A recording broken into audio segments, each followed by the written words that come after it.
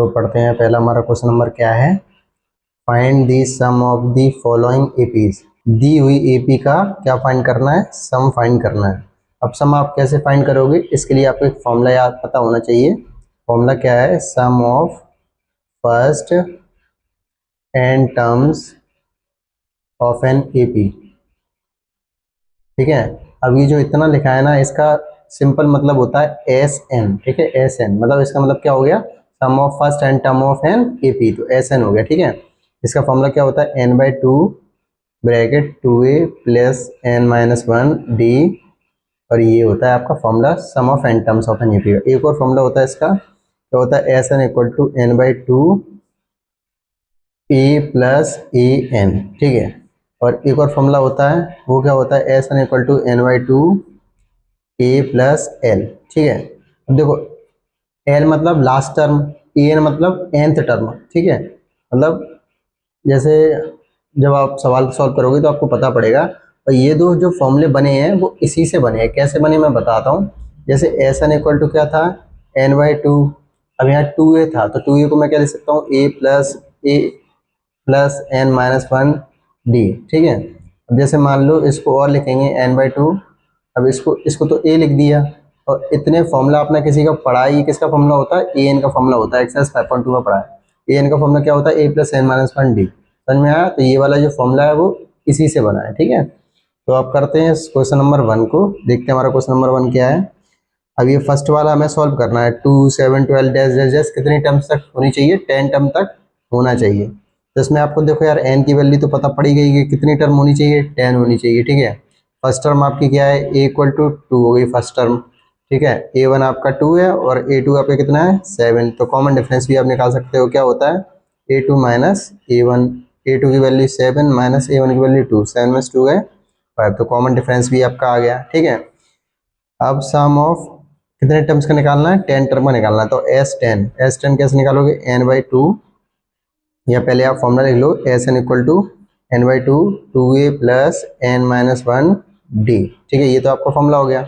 अब एन की जगह तो आपने 10 रख दिया, अब एन की जगह क्या रखोगे, 10 अपॉन टू, टू ए की वैल्यू कितनी है 2, तो into two plus n minus one, n की वैल्यू कितनी है 10 माइनस वन, और डी की वैल्यू कितनी निकली थी अपनी 5, तो 5 लिख दिया था। ठीक है, ब्रैकेट बंद, एस 10, तो 2 का 10 में डिवाइड देंगे कितना आएगा 5 आएगा, 2 2 जा 4 प्लस 10 में से 1 गए 9 इंटू और ये 5। ठीक है, अब एस 10 इक्वल टू 5, 4 प्लस 9 5 जा 45, तो 5 45 प्लस 4 49, मल्टीप्लाई कर दिया, 5 9 जा 45, 4 के कैरी 5 4 20 और 24, तो आपकी जो एस 10 की वैल्यू आएगी वो कितनी आएगी 245।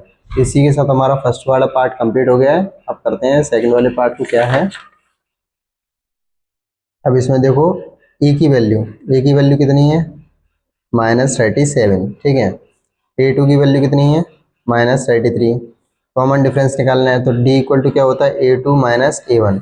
अब ए टू की वैल्यू -33, माइनस लगा हुआ है माइनस लगा दिया, ए वन की वैल्यू -37। ठीक है, अब -33 माइनस माइनस प्लस 37, 37 में 33 गए तो 4 आ गया, तो डी की वैल्यू कितनी आ गई है आपकी 4 आ गई। ठीक है, अब यहाँ कितनी टर्म है 12 टर्म, तो एन की वैल्यू कितनी होनी चाहिए 12 टर्म का हमें फाइंड करना है। ठीक है, अब फॉर्मूला पुट करेंगे, क्या होता है formula, S n equal to n by two, two a plus n minus one D.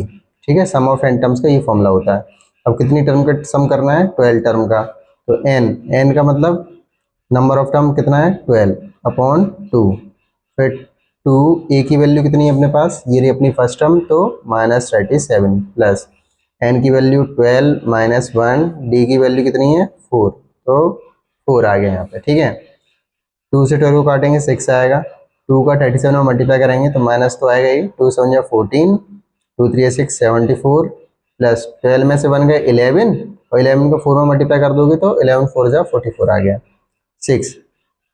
आगे इसको सॉल्व करेंगे, 4 में से 4 गए 0, 7 में से 4 गए 3, तो -30, तो 6 का -30 मल्टीप्लाई करोगे तो आंसर आएगा -180, तो एस 12 मतलब क्या हो जाएगा आपका -180। अच्छा, आपको इसका मतलब समझ में आता है, मैं आपको समझाता हूँ। जैसे क्या होना है, एस 12 मतलब क्या होता है ना, शुरू की अब 12 टर्म को ऐड करना, मतलब A1 A2 A3 plus dash dash dash plus A12, मतलब शुरू की जो 12 टर्म है इनको आप ऐड करोगे तो वही होता है सम ऑफ 12 टर्म। ठीक है, इतना आपको समझ में आ गया। अब इसी के थर्ड वाले पार्ट को सॉल्व करेंगे। ठीक है, थर्ड वाले पार्ट में A1 की वैल्यू कितनी है 0.6, A2 की वैल्यू 1.7। कॉमन डिफरेंस कैसे निकालेंगे, A2 माइनस A1। ठीक है भाई, अब A2 की वैल्यू कितनी है 1.7 माइनस 0.6, 7 में 6 गए 1 बचे, 1 में 0 जाएंगे 1 बचे और पॉइंट बीच में, तो 1.1 आ गया अपना क्या कॉमन डिफरेंस। ठीक है भाई, अब कितनी टर्म है इसमें 100 टर्म का निकालना है, तो n की वैल्यू कितनी रख देते हैं 100 आ गई। ठीक है, और अब फॉर्मूला क्या होता है S n equal to n by two 2a plus n minus 1 और d। ठीक है, अब n की वैल्यू कितनी है 100, तो एस 100, तो 100 अपॉन टू ए की वैल्यू कितनी है 0.6 प्लस एन की वैल्यू कितनी है 100 माइनस 1, डी की वैल्यू कितनी है 1.1। ठीक है भैया, इस केस में डिवाइड देंगे तो 50 आएगा और इस केस में मल्टीप्लाई करेंगे तो 1.2 प्लस 100 में से बन जाएंगे 99 इंटू 1.1। अब 50 1.2 प्लस 99 का 1.1 में मल्टीप्लाई करना है, तो 99 इंटू 1.1, तो 99 इंटू 99, 9 एंड 18 और 1089 आ रहा है, और एक संख्या के पीछे डेसिमल 108.9। ठीक है, एक बार और चेक कर लेते हैं, 99 आएगा 9 9 एंड 18। ठीक है, ये सही है अपना। अब इसको ऐड करना है, तो 108.9 1.2 को पॉइंट के नीचे पॉइंट रहता है इसलिए ऐसे लिखना पड़ा है, 9 to 11 1 की कैरी, 8 to 10 और 1, और ये आ गया कितना 50 इंटू 110.1। ठीक है, अब मल्टीप्लाई करेंगे इसका किसमें 50 में, पॉइंट हटाएंगे नीचे 10 आ जाएगा तो 0 से 0 कट जाएगा। अब 5 का मल्टीप्लाई करना है, 5 बन जा 5, 5 को 0 में करेंगे 0, 5 बन जा 5, 5 बन जा 5। तो ये अपने थर्ड वाले पार्ट का क्या है आंसर है। ठीक है, तो फोर्थ वाला पार्ट देखेंगे क्या है हमारा फोर्थ वाला पार्ट। ये कौन सी टर्म है फर्स्ट टर्म है, तो A1 इक्वल टू कितना हो जाएगा 1/15, A2 इक्वल टू कितना हो जाएगा 1/12। कॉमन डिफरेंस कैसे निकालेंगे A2 माइनस A1, A2 की वैल्यू 1/12 माइनस 1/15, और सोल्व करेंगे एलसीएम लेंगे तो 12 और 15 का एलसीएम कितना होता है 3 4 या 12, 3 5 या 15, 4 और 5 5 4 या 20, 23 60, तो 60 एलसीएम आ गया। 12 का 60 में डिवाइड देंगे 5 आएगा, 5 का 1 में मल्टीप्लाई तो 5 माइनस 50 का 60 में डिवाइड देंगे 4 आएगा, 4 का 1 में मल्टीप्लाई 4, 5 में से 4 गए 1/60। तो आपकी जो डी की वैल्यू आई है वो 1/60 आई है। ठीक है, अब कितने टर्म के लिए निकालना है 11 टर्म के लिए, तो एन की वैल्यू कितनी आ जाएगी 11 आ जाएगी। ठीक है भाई, अब S n equal to formula क्या होता है n by two 2a plus n minus 1 और ये d। ठीक है भाई, तो n मतलब 11, तो n की वैल्यू 11/2, 2a, a की वैल्यू 1/15 प्लस n की वैल्यू 11 माइनस 1, d की वैल्यू 1/60। कितना आ गया आपको समझ में, आगे करते हैं 11/2, 2 बन जाए 2/50, 11 में से बन गए 10, 10 बन जाए 10/60। ठीक है भाई, इतना आ गया।